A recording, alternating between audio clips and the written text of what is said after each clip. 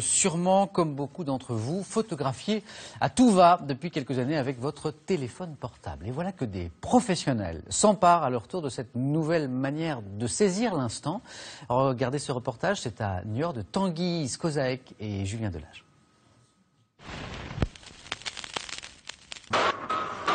Les Niortais connaissent bien son visage. Cela fait 20 ans qu'Éric Chauvet photographie sa ville pour le compte d'agences ou d'institutions.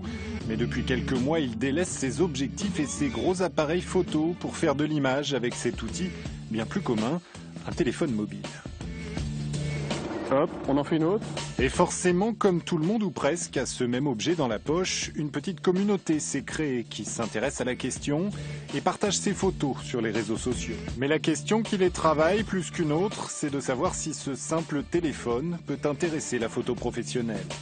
Je suis admiratif parce qu'on est tous les deux des photographes qui ont dû démarrer en argentique.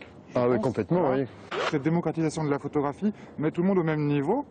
Et c'est difficile pour un photographe, sauf s'il a un œil, de se démarquer.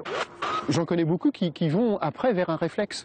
Donc en fait, qui ont une démarche inverse que de la mienne, qui d'abord s'initient en fait à la photo grâce à leur smartphone, et puis d'un seul coup ont envie aussi d'aller plus loin, de découvrir la technique. Ce mouvement, Éric Chauvet a décidé de ne pas le renier, mais plutôt de s'y inscrire dans une démarche artistique. Pour preuve, cette expérience d'une journée à Londres avec son iPhone, dont il a tiré une courte expo.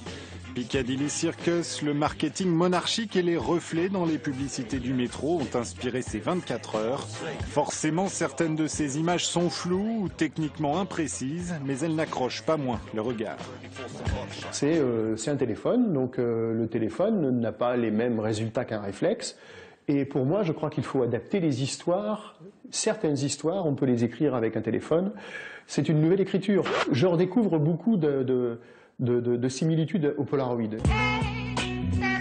Le reste est une affaire de cadre et de culture de l'image. Aujourd'hui, il paraît évident qu'Éric Chauvet, photographe de commande, avait autre chose à dire. J'y trouve beaucoup de liberté. J'ai retrouvé du plaisir à la photo en fait.